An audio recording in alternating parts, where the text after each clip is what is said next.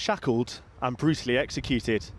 This is the site of a mass grave in an ancient Greek cemetery, unearthed during the construction of a national opera house and library in Athens. At least 80 skeletons portraying a violent end to their lives. Historical artifacts are always incredible because they can give us extremely valuable insights into our history and answer questions we may have about the past, but not all artifacts are created equally. In fact, some artifacts hold the tales of some of the darkest, scariest moments in history. From a lot of skeletons, to a Viking sword specially made, to execution gadgets, and so much more. What is up, Top 10 fam? Welcome back. I am your host today, Olivia Kozolowski, and on today's top 10 list we are going to be diving into the top 10 artifacts that reveal our dark past. Let's get into it. Starting off in our number 10 spot, we have a tiny, creepy hand. This small, lifelike bronze hand was found at the Roman fort of Vindolanda, which is near Hadrian's Wall in England. This artifact was found by archaeologists and it quickly became quite a mysterious find. The reason for this is because of the fact that it is believed that this artifact may have been associated with a cult. This cult, called Jupiter Dolichenes after the Roman god of course, is a mystery cult that held their secrets close to their chest. This secretive cult existed and was very popular with the Roman army around the 3rd century. This hand is believed to have been left as an offering after there was a major invasion of Scotland that left a large number of people dead.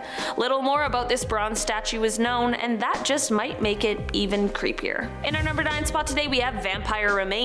A few years ago in Poland, during a dig, researchers uncovered some skeletal remains that date back to the 14th century, and if this find wasn't already gruesome enough, they quickly figured out this wasn't where the story ended. These skeletons appeared to have posthumous injuries inflicted onto them. Wondering why? Someone's fear of vampires is probably to blame. The skeletons had been decapitated and punctured at the spine, which is extremely gruesome, and then the severed heads were wedged between heavy stones. This is what the lore at the time suggested was the appropriate actions for those who might be vampires in order to prevent them from rising from the dead again. As it turns out, as many of us now know, unfortunately many of these people who were said to be supernatural or evil were probably just suffering from diseases of life. According to researchers, during this time period, people who were suffering from things like kyphosis or perhaps cholera were often thought of as being vampires or witches. In our number 8 spot today we have Jerry Bibb Balisok's Gravestone. This tombstone goes hand in hand with an absolutely insane story of Jerry's life.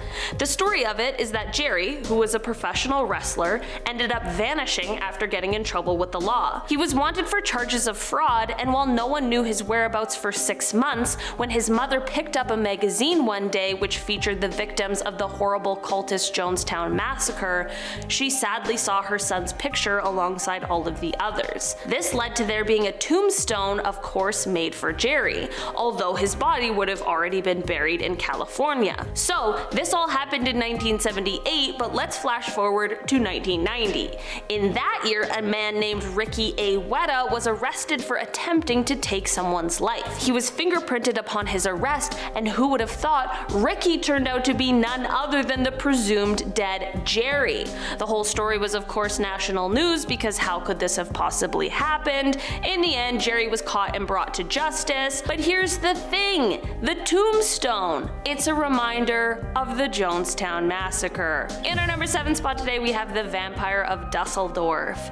If you've ever been to a Ripley's Believe It or Not museum, you know those places are stocked full of the weird and wonderful, and this item is absolutely no different.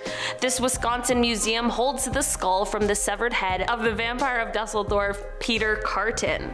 Who is Peter? Well, this vampire man was actually a German serial killer from the 1930s. This man committed some incredibly atrocious acts for which he was tried and convicted. He ended up being found guilty for the killing of 9 people as well as attempting to take the lives of 7 more.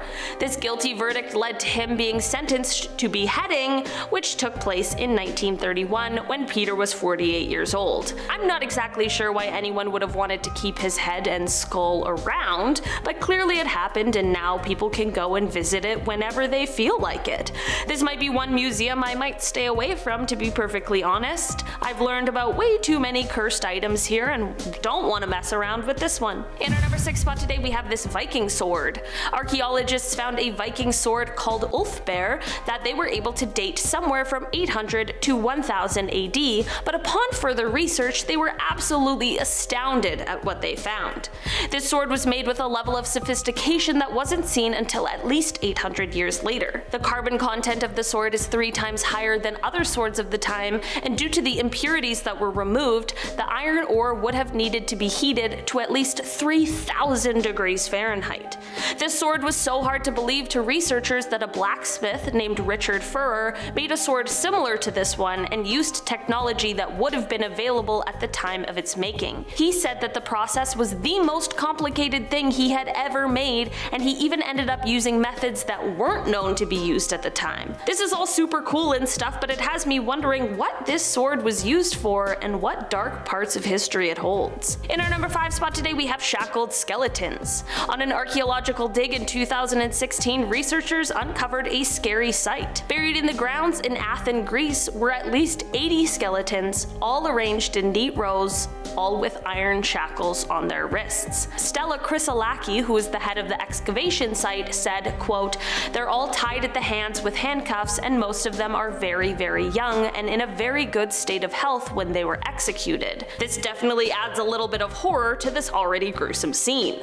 Apparently the method of burial suggests that whoever these skeletons belonged to weren't just the average run-of-the-mill lawbreakers, and they may have been in trouble for some more serious crimes. It is believed that these skeletons might be the supporters of a man named Cylon. In 632 BC, Cylon, who was a former athlete, led an attempted coup in Athens. Of course, since I just called it attempted, it didn't work out, but apparently he then fled the city unharmed. Since he couldn't be punished for his crimes, that only leaves these souls who were just finally uncovered a few years ago. I know these are people who once lived and not artifacts, but I had to put them on this list today because this discovery and story are just something we have to be talking about. In our number 4 spot today we have the Skirrid Inn Beam. The Skirrid Inn in Wales, upon first glance, just looks like a great place to enjoy some classic pub fare, maybe some fish and chips and a nice ale, but the history it holds tells a very different story because this used to be a place for public hangings. Seems like a weird spot for a pub now, doesn't it? The upper part of the inn used to be the courthouse where people were tried and convicted, and then if the case was made, they were executed on site. It is estimated that around 180 hangings took place right in that spot. They even made the weird decision to keep the original hanging beam up, and the grooves of where the rope wore into the wood can still be seen even to this day. Also, the inn has chosen to keep the original cells where the prisoners were kept just to add the maximum amount of creepiness to the entire place. It's probably haunted as well. This beam serves as a reminder of a different time, I guess, but if we're being totally honest, have things really changed all that much? In our number 3 spot today we have the Sacrificial Offerings. In 2018, researchers sent some remote operated robots beneath the ground in Peru at Chavín de Huántar. These robots stumbled on more than anyone ever imagined when they found a network of 35 interlocked underground tunnels dating back 3,000 years.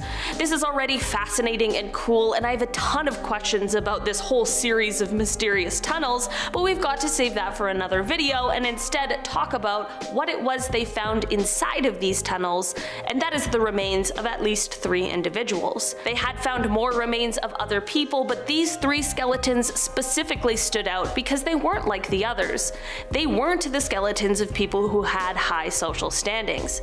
These remains they found were from people who were actually sacrificed in rituals. They were able to determine this because of the fact that these bodies were found face down under piles of rocks, which is of course not how people of a high social standing would have been buried at the time. This discovery certainly is a reminder of different times on Earth. In our number 2 spot today we have an executioner axe. In a Swedish museum there is an axe that dates back to between 1770 and 1866.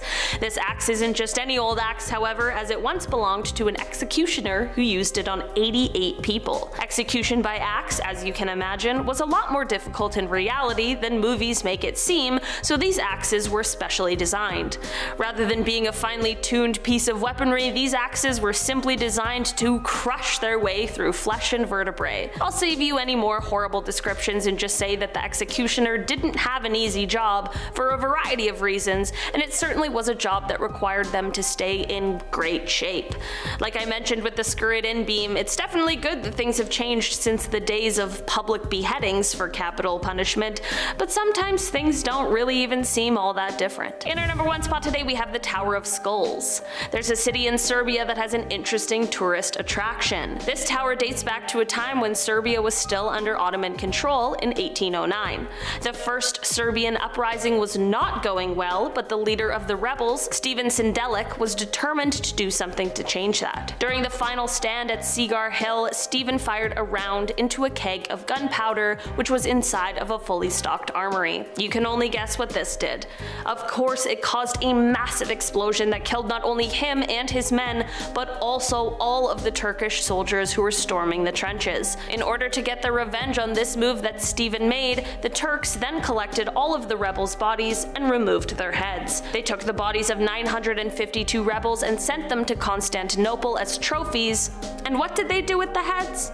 Well, they built a tower, of course. This tower was 15 feet high, and the Turks built it right at the entrance to town. The skull tower was intended to be a reminder to not mess with them, but the Serbians decided to use their new metal-as-heck skull tower to show them what they were really made of. Alright guys, that has been our list for today. Thank you so much for checking it out. I've been your host today, Olivia Kozolowski, and I'll see you all next time. Bye!